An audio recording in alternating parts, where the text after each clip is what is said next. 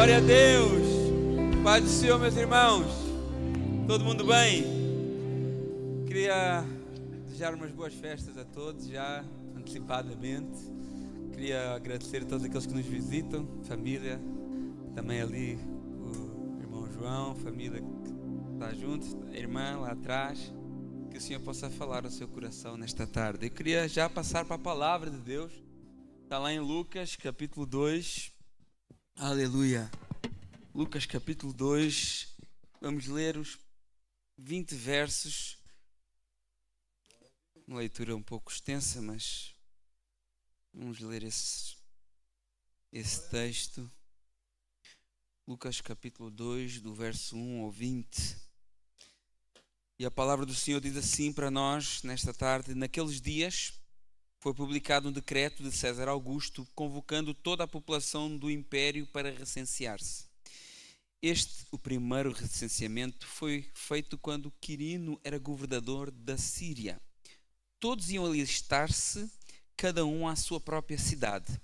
José também subiu da Galileia, da cidade de Nazaré, para a Judeia, à cidade de Davi, chamada Belém, por ser ele da casa de Davi, a fim de alistar-se com Maria, sua esposa, que estava grávida. Estando eles ali, aconteceu que completaram-se os dias e ela deu à luz o seu filho primogênito.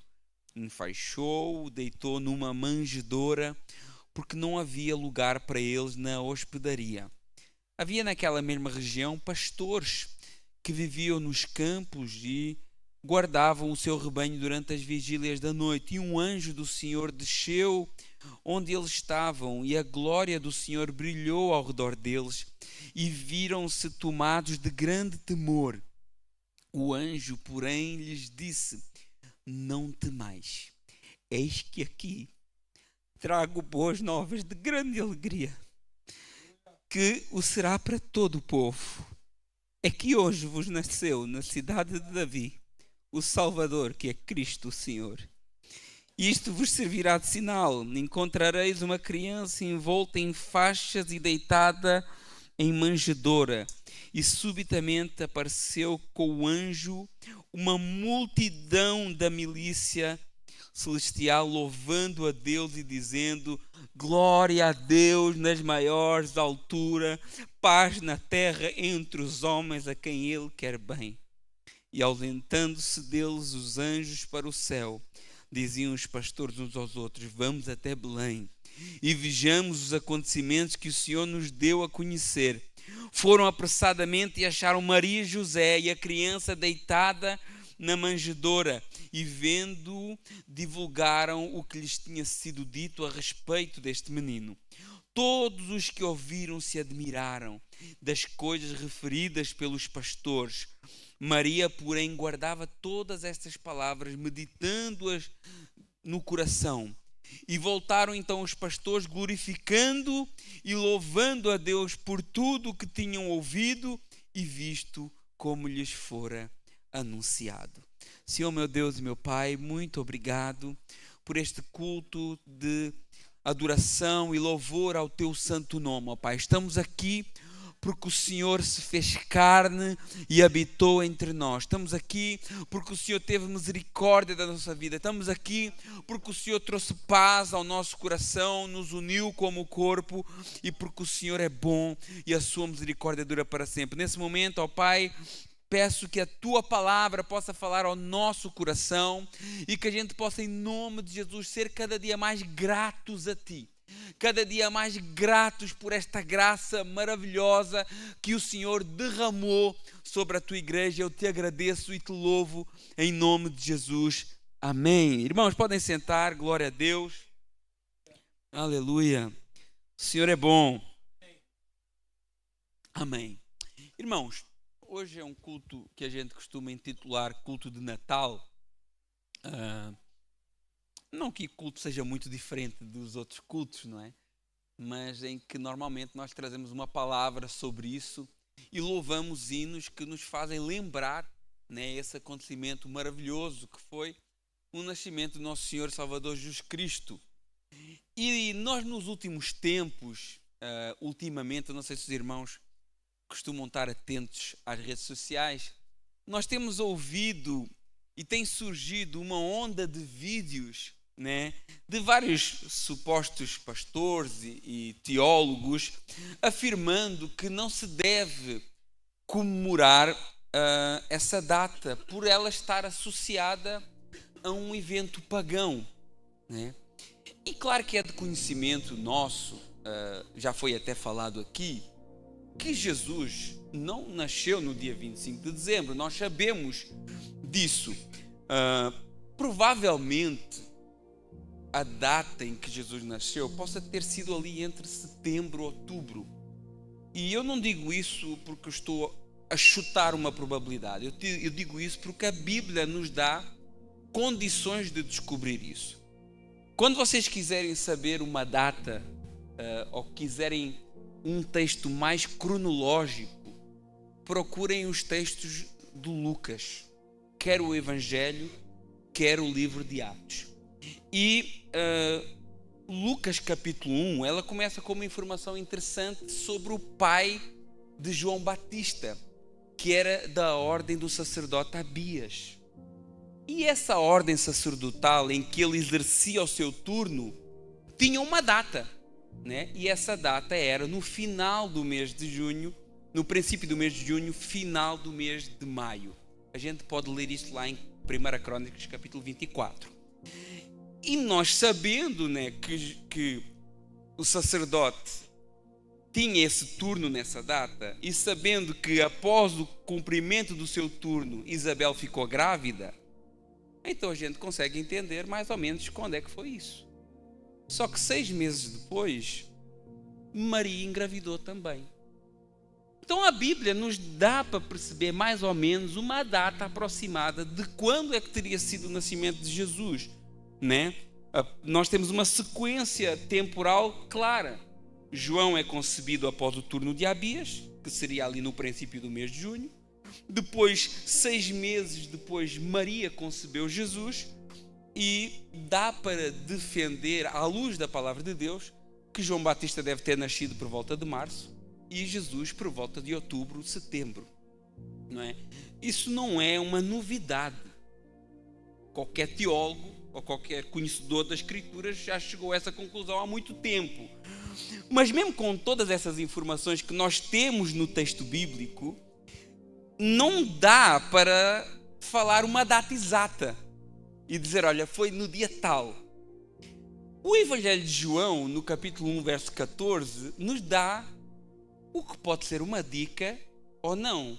Porque ele diz, o Verbo se fez carne e tabernaculou entre nós.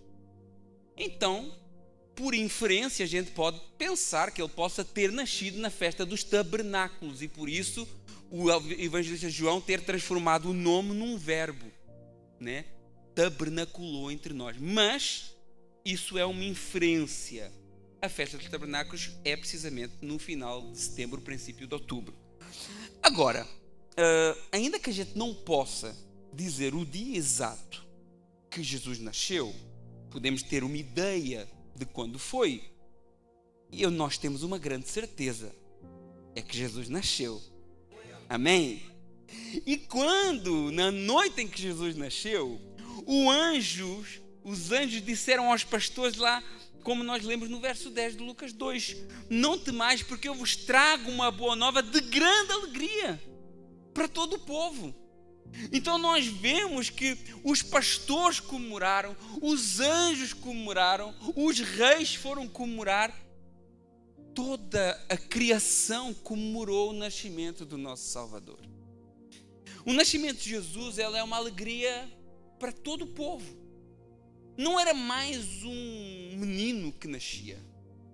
Não era mais um nascimento dentre tantos nascimentos. Não era mais uma promessa. Era o cumprimento de uma promessa, o cumprimento de uma profecia que foi cantada, parte dela aqui hoje, Isaías capítulo 9. Abra aí Isaías capítulo 9, eu queria expor o texto de Isaías capítulo 9 para nós hoje.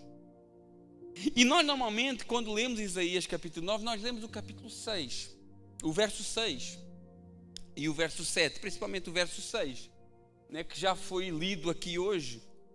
Mas todo o texto de Isaías capítulo 9, ele fala de realidades contemporâneas à altura de Isaías, mas com um horizonte profético lá na frente.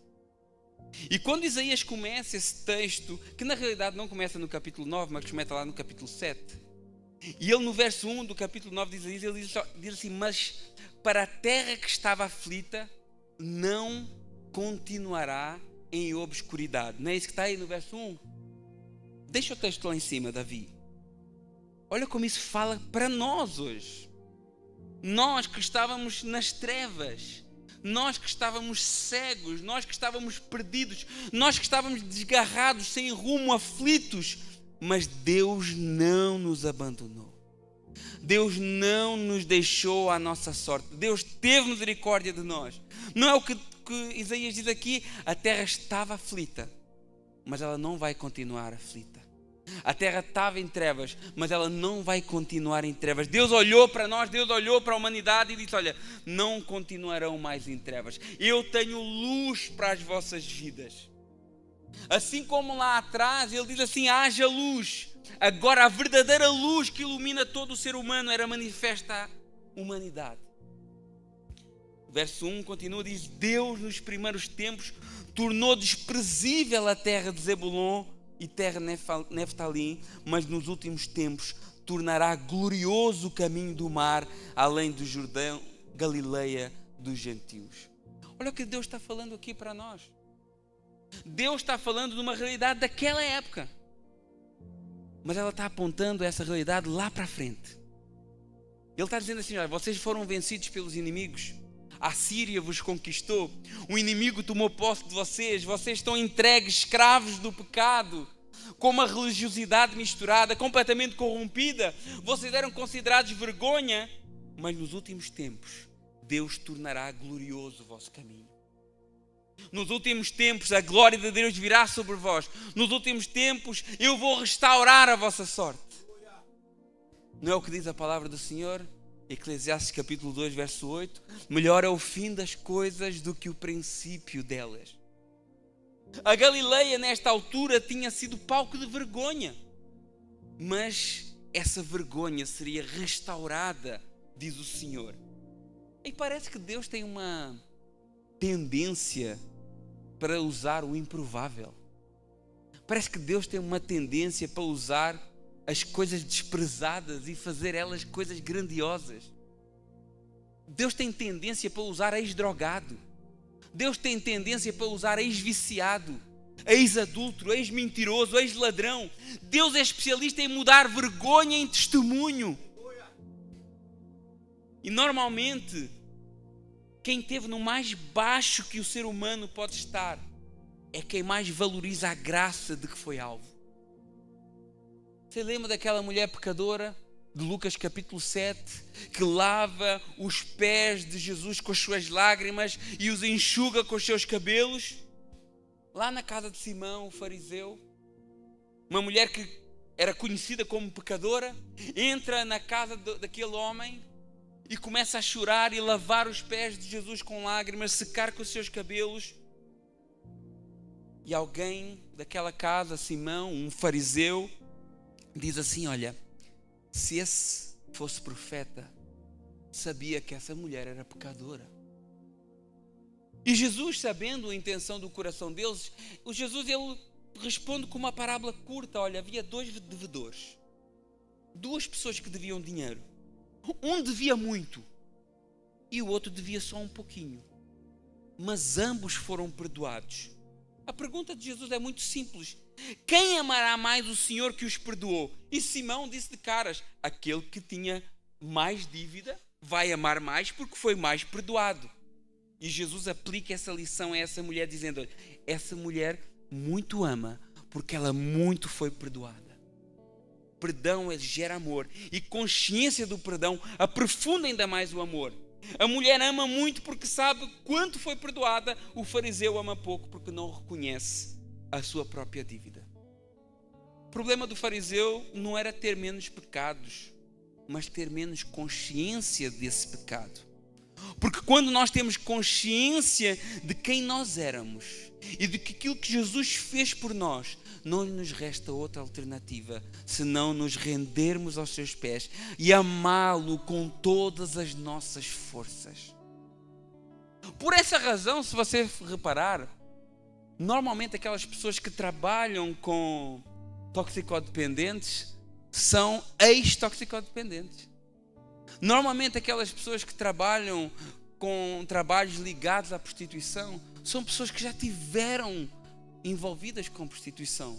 Normalmente pessoas que trabalham com pessoas com problema da homossexualidade são pessoas que se libertaram da homossexualidade, porque Deus transforma vergonha em testemunho com autoridade.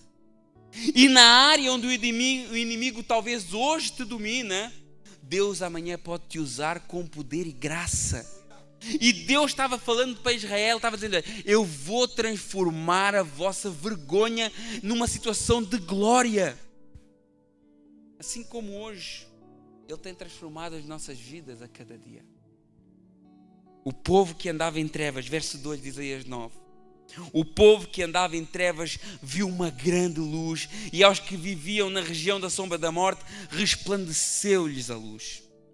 Irmãos, Isaías não está só a falar de um lugar de escuridão, mas está a falar de uma condição do ser humano. Nós gostamos muito daquele texto de 1 Pedro capítulo 2, verso 9, né? Vós sois raça eleita, sacerdócio real, nação santa, povo de propriedade exclusiva de Deus, a fim de proclamares a virtude daquele que vos chamou das trevas para a luz. O Senhor nos chamou das trevas para a luz. E quando nós estávamos um dia em trevas, ouvimos a voz de Deus nos chamando. Quando nós estávamos um dia em trevas, nós vimos a luz do Senhor nos alcançando. Talvez no início até resistimos, mas um dia nós nos rendemos ao Senhor Jesus. Um dia Deus abriu os nossos olhos, mudou o nosso coração, colocou a sua lei no nosso interior. Um dia Deus nos ressuscitou para sermos uma nova criatura. Algum dia, não sei se já aconteceu com vocês, algum amigo seu disse assim: o Antônio está diferente. Algum dia alguém que você conhece diz assim: olha, a Thalita não é mais a mesma pessoa. O Efraim mudou. Algum dia já aconteceu consigo? Porque é isso que Deus faz. Deus confunde. Eu lembro quando eu trabalhava e quando eu fui para a igreja, o meu patrão uma vez virou-se e disse assim: o Antônio não é mais o mesmo. Ele agora está enfeitiçado. Ele usou exatamente essa expressão. E glória a Deus por isso. E não sou mesmo mais aquele que era antes. E glória a Deus por isso. Tenho tanta coisa para mudar, mas tanta coisa o Senhor Jesus já mudou. Tanta coisa o Senhor Jesus já mudou. E é Deus que faz essa grande obra. É o Senhor que faz essa grande obra. E por isso é motivo de alegria para nós. Por quê? Porque não depende de nós, depende dEle, do agir dEle nas nossas vidas. Nós é que achamos que estamos no controle da situação, né? Nós gostamos de ter o controle da situação. Não vou esperar pela promessa. Olha, tens uma escrava aí, Agar, eu vou me deitar com ela para acelerar a promessa. Nós queremos ter o controle, nós queremos ter o domínio. Mas as coisas só começam a resultar quando você deixa o domínio nas mãos do Senhor. Quando você deixa Deus dominar a sua vida. E isso é motivo de alegria. A palavra continua no verso 3. Tens multiplicado esse povo, a alegria lhe aumentaste. Alegrem-se eles diante de ti, como se alegraram na ceifa, como exultam quando repartem os despojos. Irmãos, os despojos eram os bens que um exército, quando ganhava outro exército, sacava deles, né? Quando ganhavam um exército, uma batalha, obviamente eles não deixavam lá o acampamento inimigo com as provisões, com as armas, com as armaduras. Tudo isso era trazido, tudo isso era o troféu, o despojo de guerra, né? E era o prémio da vitória e o sinal visível dessa vitória conquistada. Isaías usa essa linguagem para nos ensinar que o povo de Deus deve se alegrar nas bênçãos da nossa vitória, da vitória de Cristo em nosso lugar. Não é uma alegria vazia, mas uma alegria de quem foi liberto, restaurado e que agora participa dos frutos da vitória que o Senhor nos concedeu. A luz chega até nós, viver nela é graça, é privilégio, é motivo constante de celebração diante de Deus. Olha o que diz lá em Romanos, capítulo 5, do verso 1 ao 4. A palavra do Senhor é muito poderosa para nós. Justificados mediante a fé, temos paz com Deus. Mas você tem paz com Deus. Você tem paz com Deus. Você era um inimigo de Deus, sujeito à ira de Deus, mas hoje você tem paz com Deus. Mas não é só paz com Deus, é a paz de Deus no teu coração, porque se tu tens paz com Deus, o mundo pode acabar. Se tu tens paz com Deus, não importa o que aconteça, tu tens paz com aquele que manda em todas as situações. Justificados mediante a fé, temos paz com Deus por meio de nosso Senhor Salvador. Você entende esse privilégio? Porque uma das coisas que a palavra nos promete não é bênção financeira, não é um carro bom, não é uma casa boa, não é uma conta bancária choruda, mas o que o Senhor nos promete, olha, eu vos dou a minha paz. A minha paz eu vos dou. Eu não dou como o mundo dá. Eu não dou como o cigarro dá. Eu não dou como a masturbação dá. Eu não dou como a prostituição dá. Eu não dou como uma cheirada na cocaína dá. Eu não dou. Essa paz dura 1 minuto e nem dura porque o remorso e a vergonha é tão grande. Mas a paz que Deus traz para nós, ela não tem igual. Então isso é um despojo dessa vitória, paz do Senhor. Nós podemos dizer paz do Senhor, porque essa paz está em nós. Verso 2 de Romanos capítulo 5, por intermédio a quem obtivemos acesso pela fé. Você tem acesso a Deus. Você tem acesso a Deus. Você não precisa Você não precisa do pastor para chegar a Deus. Você não pense que a oração do pastor é mais forte, ou que o pastor tem um canal especial, uma linha direta com Deus. A mesma linha que ele tem, você tem.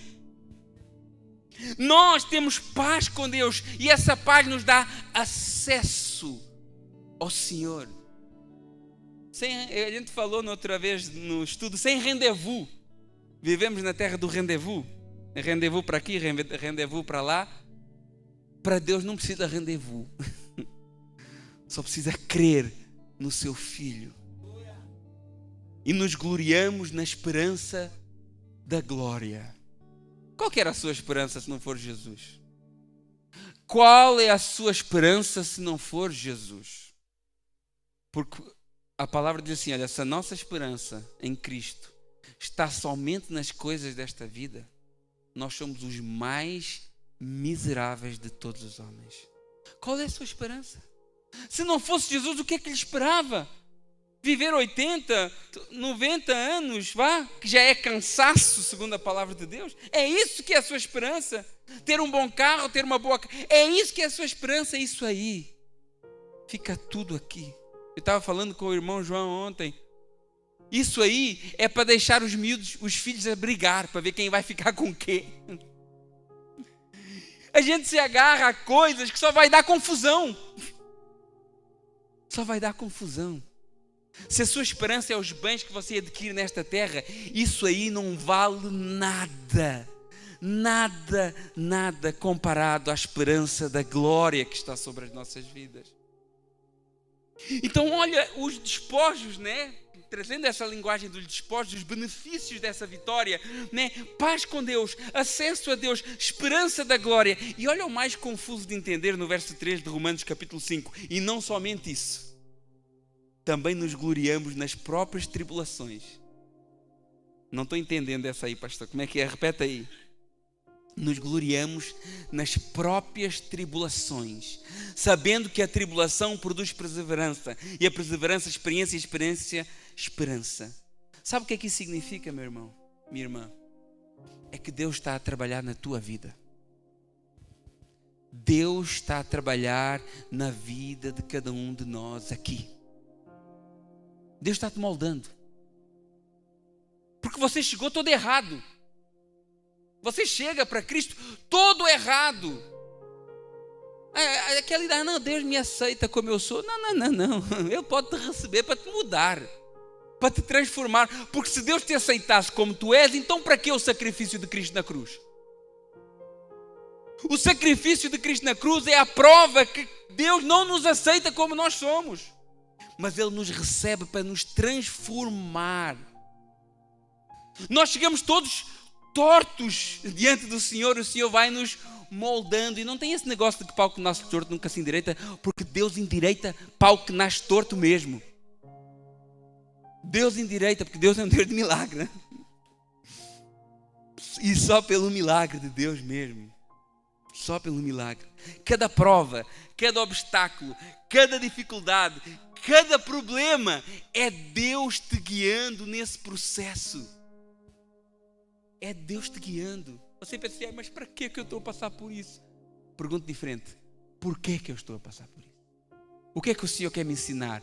Em que área o Senhor está-me a moldar? Será que é o meu orgulho que eu preciso baixar um pouquinho mais? Será que eu sou muito soberbo? Será que eu sou muito autónomo? Será que eu tenho que ser mais dependente do Senhor? Será que eu não estou a buscar ao Senhor direcionamento? O que é que Deus quer me ensinar? Porque alguma coisa o Senhor quer trabalhar em nós. Olha o que diz Filipenses capítulo 1, verso 6. Eu estou plenamente certo que aquele que começou a boa obra em vós há de completá-la até ao dia de Cristo. Olha os despojos, né? Os benefícios dessa vitória. Paz com Deus, acesso à graça, acesso ao Senhor, sem rendezvous. Temos também esperança da glória. E temos uma mentoria constante ao longo da nossa vida. Talvez você tenha buscado mentoria noutro lugar, né? Nos YouTubes da vida, nos influenciadores digitais, naqueles que têm muitos seguidores. Mas olha, deixa Deus ser o teu mentor. Deixa Deus ser o teu mentor. E se isso não é motivo para nos alegrarmos no Senhor, então eu não sei o que é que pode ser mais valioso do que essas verdades. Todas essas bênçãos vêm para nós porque Deus venceu. E são despojos da vitória dele para nós. Isaías 9, verso 4, vamos voltar para Isaías 9. Porque tu quebraste o jugo que pesava sobre eles, e a vara lhes feria os ombros, e o cetro do seu opressor, como no dia dos medianitas. O profeta Isaías continua usando aqui uma linguagem militar, assim como Paulo também usava essa linguagem militar. Colossenses capítulo 2, do 14 ao 15. Tendo cancelado o escrito da dívida que era contra nós, que constava em ordenanças, que nos era prejudicial, removeu inteiramente, cravou-a na cruz, despojando os principados e potestades, publicamente os expôs ao desprezo, triunfando sobre eles na cruz do Calvário. Assim como Isaías, Paulo também usa essa linguagem militar, uma linguagem de conquista, uma linguagem que nos mostra que a nossa vitória não está baseada em algo que nós fizemos, mas em algo que Jesus fez por nós. E por isso que ele diz assim, Isaías falou, como nos dias dos midianitas. Você lembra como é que foi no dia dos midianitas? Porque isso está por uma razão. Lembra o que aconteceu lá em Juízes capítulo 7? Gedeão vai combater os midianitas, 32 mil soldados, e Deus diz assim, não, é muita gente, eu não quero que vocês vão para lá e depois ainda pensem que foi por causa de vocês que ganharam essa guerra. Não. Olha, Gedeão, fala para esses 32 mil e diz assim, olha, todos os que forem cobardes e tímidos, voltem para trás. E voltaram para trás 22 mil. Que povo cobarde, hein? Mas o Senhor disse assim, olha, mas ainda são muitos. 10.000 ainda são muitos. Não.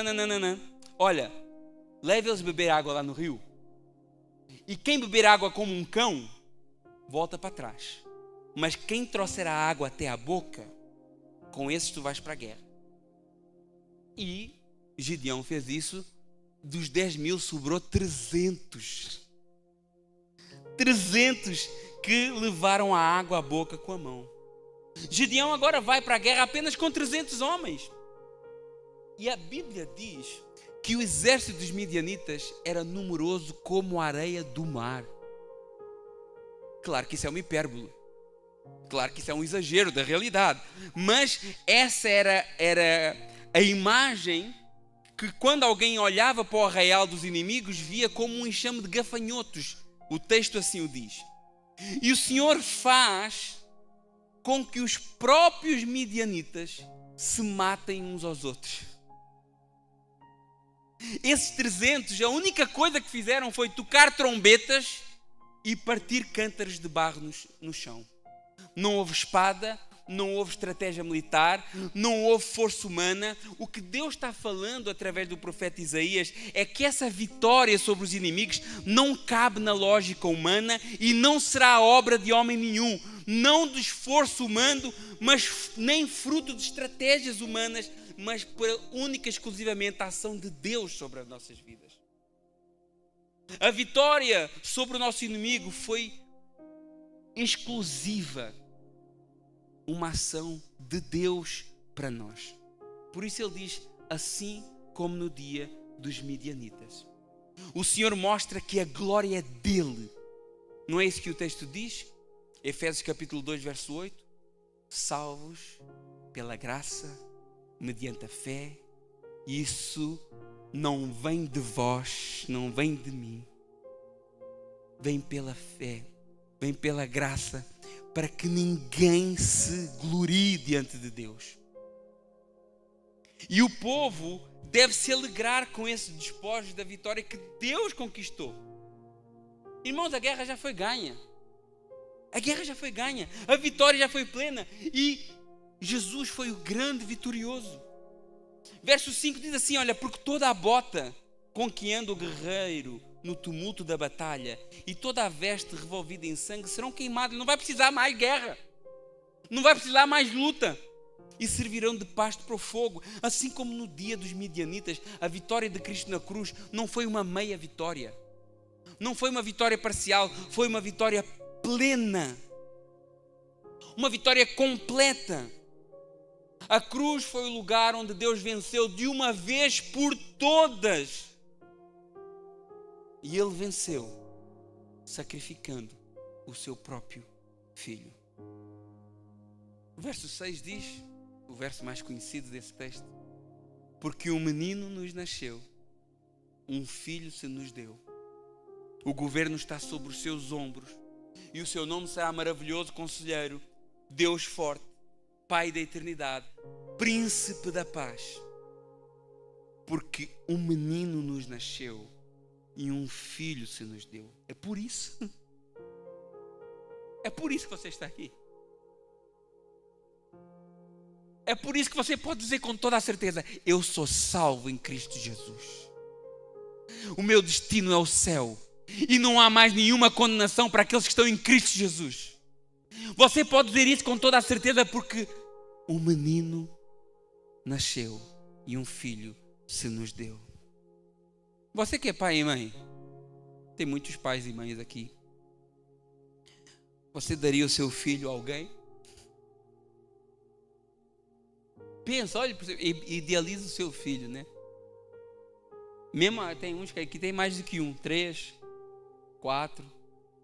Você dispensava um, aquele que dá mais trabalho? Pensa naquele que dá mais trabalho, olha, está aqui, pode sacrificar. Você faria isso? Alguém aqui faria isso? Mas pensa assim, você daria ao seu filho a um inimigo? A um inimigo. Pois foi isso que Deus fez. Deus colocou o seu filho numa manjedoura para ele ser servido a uma humanidade que não cria ele. Uma humanidade que não cria Deus, mas Deus cria a humanidade. O irmão leu aqui, porque Deus amou o mundo de tal maneira que Ele ofereceu o seu único filho, para que todo aquele que nele crê não pereça, mas tenha vida eterna. Deus nos quer para Ele. Deus nos quer para Ele. E a prova disso é que Ele entregou o seu filho. Se você está aqui, tenha consciência disso. Fique sabendo que Deus quer você. Fique sabendo que o Espírito Santo se entristece quando você troca Deus por outras coisas. Fique sabendo que a palavra diz que Ele tem ciúmes por si.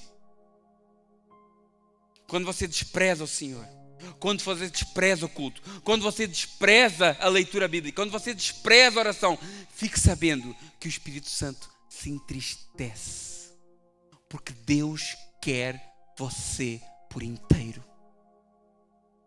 Deus ama você. Deus ama e Deus chama por cada um de nós. E talvez você pode pensar assim: não, mas eu não mereço o amor de Deus. Eu sou falho demais.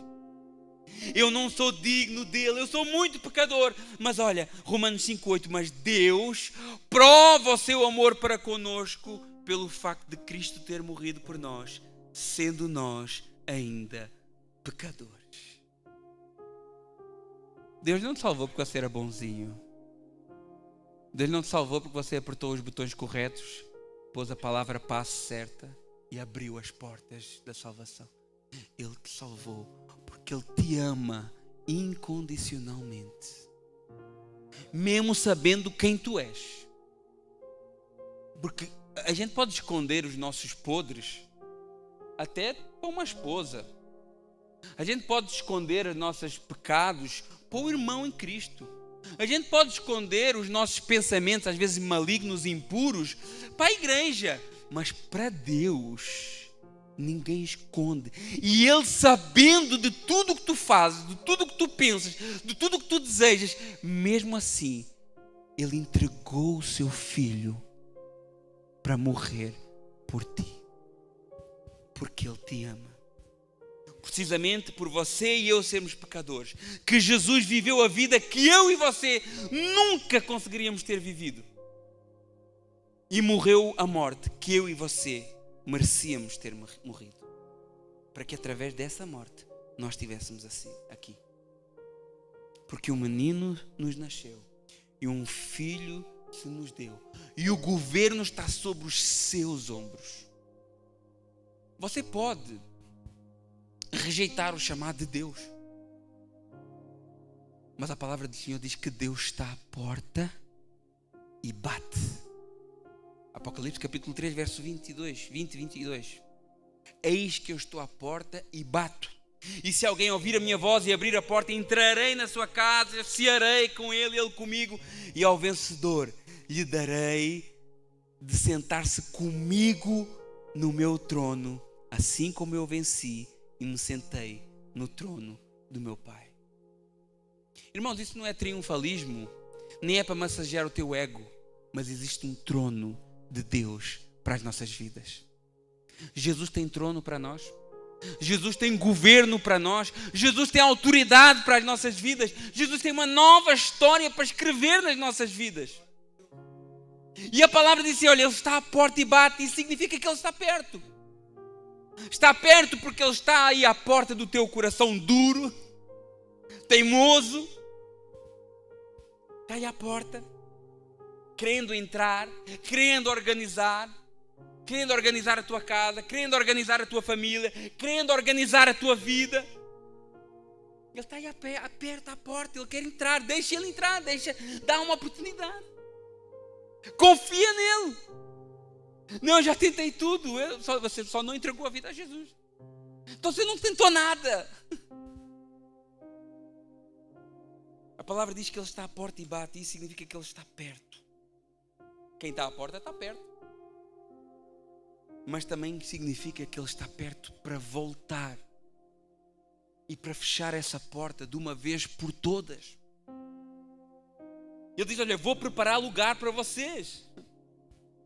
E quando Ele voltar, a Bíblia diz que todo o joelho se dobrará no céu, na terra e debaixo da terra. O seu joelho, hoje, ele pode se dobrar diante do seu Salvador. Ou então pode talvez se dobrar amanhã diante do seu juiz. Por isso, ele diz lá em Apocalipse capítulo 3, verso 22, olha, quem tem ouvidos ouça o que o Espírito diz às igrejas. O governo está sobre os ombros de Jesus. Se você está em Jesus, não fique preocupado. Não fique desesperado. Não tenha medo. Jesus está no governo do universo.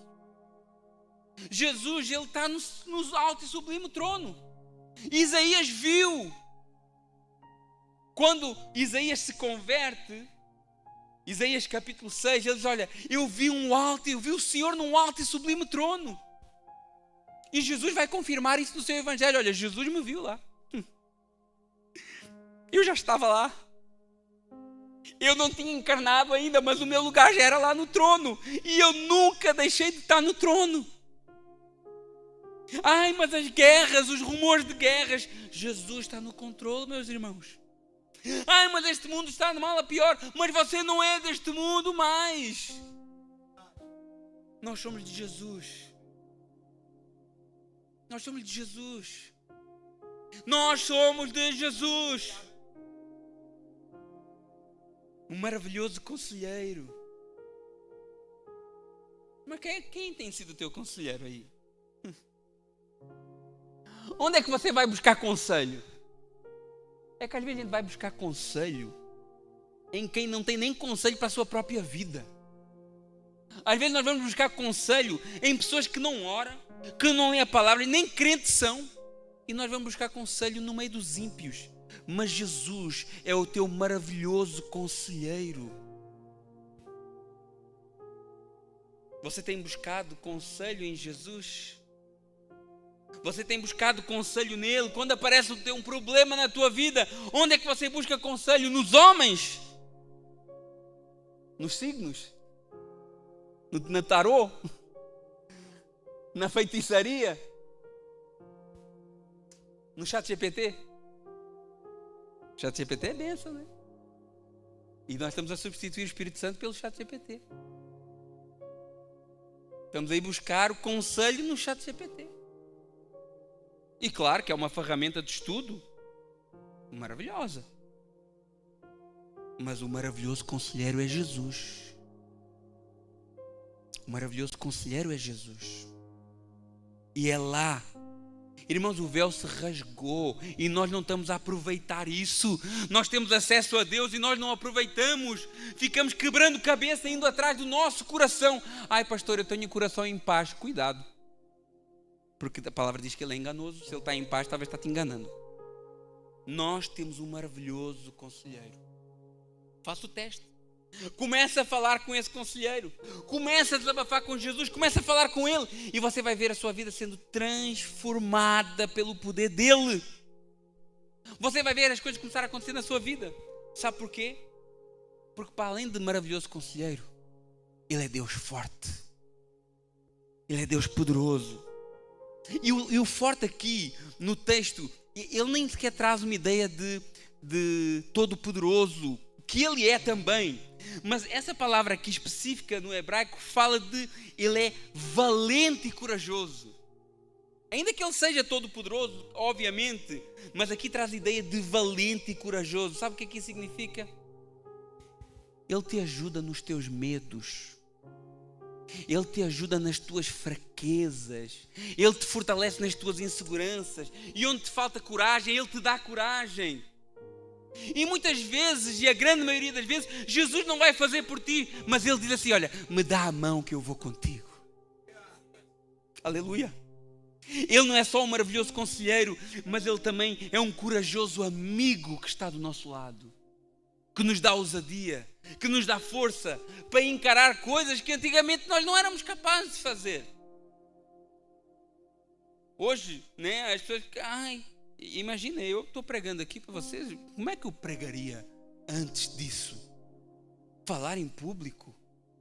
E hoje a gente faz isso não é porque a gente é bom, não é porque a gente é capacitado, não é porque a gente estudou, não, é porque Ele é aquele que nos fortalece, que nos dá coragem, que nos dá ousadia, que nos dá a mão. Olha, tu não vales nada mesmo, mas dá aqui a mão que eu vou te fazer ser alguém na vida. É isso que é. E Ele é Pai da eternidade, Ele é o dono do tempo, Ele é o Pai do tempo, Ele não chega atrasado, Ele não demora, Ele não se apressa, Ele faz tudo na hora certa. Nós ficamos estressadinhos, ansiosos, né, porque não estamos tomando conselho nele. Porque quando Ele é o teu conselheiro, então você sabe que o tempo é dele e o tempo dele é o tempo certo. Ele já está vendo lá na frente. Jesus já está lá. Jesus já sabe o que é que vai acontecer amanhã. Nós vivemos na expectativa. O que é que vai acontecer amanhã? Será que eu vou conseguir fazer, não vou ser? Nós vivemos nessa expectativa. Mas Jesus já viveu o amanhã. O amanhã para Ele como se fosse passado. Por isso Ele sabe melhor do que ninguém como nos guiar para que nós cheguemos ao lugar que Ele quer que a gente esteja. Por isso que eu amo Romanos capítulo 8, verso 28. Sabemos que todas as coisas cooperam para o bem daqueles que amam a Deus, que são chamados segundo o seu propósito. Se existe um texto na palavra de Deus que me traz paz, é este aqui. Porque eu confio no príncipe da paz. Já reparou que isso aqui não são nomes aleatórios? Que revelam uma estrutura pela qual o reino está alicerçado. O reino de Deus não é construído num improviso, não é sustentado por emoção. Está firmado em pilares eternos. Conselho, sabedoria de Deus. Força, coragem, ousadia, eternidade e paz. São pilares do reino. E é esse o governo que está sobre os ombros de Jesus. E se nós cremos nisso, nós não vivemos desesperados. Nós vivemos descanso. Verso 7, para terminar. Para que se aumente o seu governo e venha paz sem fim sobre o trono de Davi. Porque o seu reino, sobre o seu reino, para estabelecer e firmar mediante o juízo e a justiça desde agora e para sempre. O zelo do Senhor dos Exércitos fará isso. Fica aqui evidente que Deus, através do profeta Isaías, não estava falando a algo restrito àquele tempo histórico ali. Sim, ele está falando de acontecimentos contemporâneos daquela época. Restauração dos territórios destruídos pela Síria. Nascimento de um rei da linhagem davídica, que foi o rei Ezequias, que veio logo a seguir. Isso é real, isso é histórico, faz parte do primeiro horizonte dessa profecia. Mas o texto não se limita a esse primeiro horizonte. Isaías usa essa realidade da época como um pano de fundo para algo que aconteceria no futuro. Ele descreve exemplos contemporâneos, mas ele usa uma linguagem que transcende o tempo, para que aumente o seu governo e venha paz sem fim sobre o trono de Davi. Um dia haverá paz sem fim sobre o trono de Davi. Obviamente que isso não aconteceu no reinado de Ezequias. Hoje vivemos ainda debaixo de sistemas injustos. O mundo está mergulhado na injustiça, na corrupção, na mentira, na opressão. As leis falham, os governos falham, as instituições falham, os homens falham. Isaías sabia disso. Ele não era ingênuo, nem alienado da realidade. Ele profetizava para reinados corruptos. E é exatamente por isso que ele aponta para um outro horizonte. Isaías estava falando de uma justiça que não depende de sistemas humanos, de um juízo que não pode ser comprado, manipulado ou corrompido, e de um reino que não nasce de reformas políticas, mas da ação soberana de Deus. Eu sei que a gente gosta de brigar por política, né? Hoje tudo está polarizado. É os de esquerda, é os de direita. Depois na igreja tem mais ou menos a mesma coisa, porque é os calvinistas, é os arminianos, mais ou menos igual. E nós hoje às vezes colocamos a nossa confiança em homens, tanto em doutrinas humanas como em governos humanos. Mas Isaías deixa bem claro que esse governo, essa paz sem fim, tudo isso que estava sendo profetizado aqui, não depende de governos humanos. Ele diz desde agora e para sempre, porque o reino já foi inaugurado, mas um dia ele será pleno. Um dia todos nós reinaremos juntamente com Jesus. Um dia, num abrir e fechar de olhos, né, nós seremos transformados, seremos arrebatados para estar para sempre com o Senhor. Isaías não estava limitado apenas àquele século. Ele estava enxergando para além dos impérios, para além dos reinados, para além das fronteiras do tempo. A profecia atravessa séculos porque o reino que ele anuncia é eterno. E por isso, mesmo vivendo num mundo injusto, o povo de Deus, que somos nós aqui, não perdemos a esperança. Nós não confiamos no sistema desse mundo. Nós confiamos no Rei dos Reis e Senhor dos Senhores. Essa é a nossa segurança. A injustiça não terá a última palavra. A corrupção não governará o fim da história. E o trono final pertence àquele que reina em juízo e justiça desde agora e para sempre. E por isso os anjos dizem lá em Lucas capítulo 2, verso 10, voltando ao texto: eis que eu vos trago boas novas de grande alegria, que será para todo o povo, que hoje vos nasceu na cidade de Davi o Salvador, que é Cristo o Senhor. 7 séculos antes, 700 anos antes, Deus, através do profeta Isaías, já tinha anunciado um nascimento, um governo, um reino de justiça, uma paz sem fim. Isaías apontava para um horizonte que atravessava séculos. Nenhum projeto humano dura e sobrevive 700 anos. Nenhuma promessa política aguenta nem sequer o fim da campanha. Mas a palavra do Senhor permanece para sempre. Em Isaías capítulo 9 e Lucas capítulo 2, entre esses dois textos existem 700 anos de diferença entre a promessa e o cumprimento. Não houve atraso, houve fidelidade. O templo passou, os impérios caíram, os sistemas mudaram, mas o Filho nasceu e o governo foi colocado sobre os seus ombros. Verso 7 diz: o zelo do Senhor dos Exércitos fará isso. Vamos ficar de pé. Aleluia. Glória a Deus. O Senhor tem zelo por cumprir a sua palavra.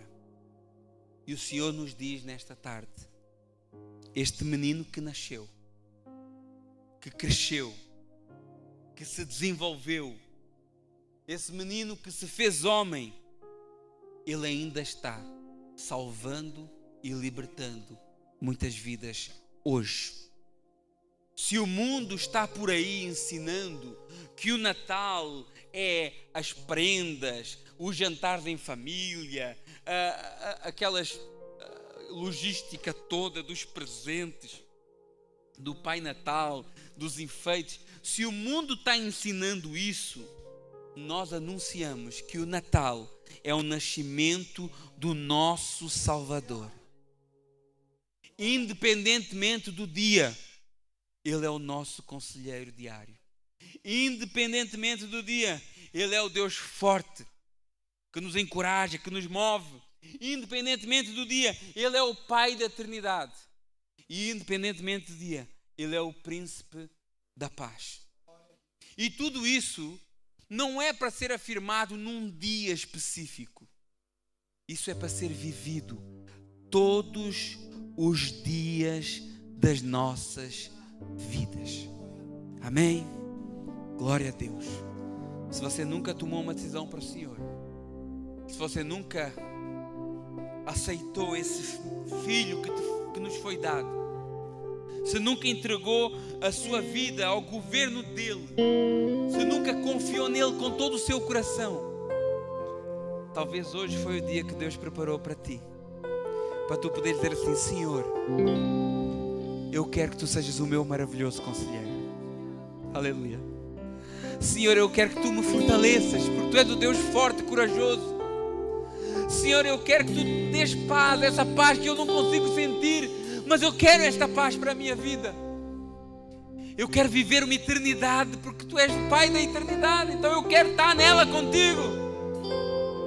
Talvez hoje é o dia que o Senhor te chamou para, pela fé, pela tua fé, não é cumprir nenhum ritual religioso, se afiliar numa igreja, assinar uma carteirinha de membro. Tudo isso aí pode ser bom, mas não é isso que Jesus chama para fazer. Jesus nos chama para entregarmos a nossa vida a Ele, para viver como servos dEle, mas muito mais como servos, como filhos amados de Deus. Aleluia. Declaro que Ele é santo nesta tarde. Declaro que Ele é santo nesta tarde. Não deixe de adorar a Deus nesta tarde. Não deixe de glorificar a Deus nesta tarde. Porque depois de tudo o que Ele fez por ti, a única coisa que nos resta é declarar que Ele é santo, santo, santo, santo. Aleluia. Vamos louvar o Senhor. Louve com fé.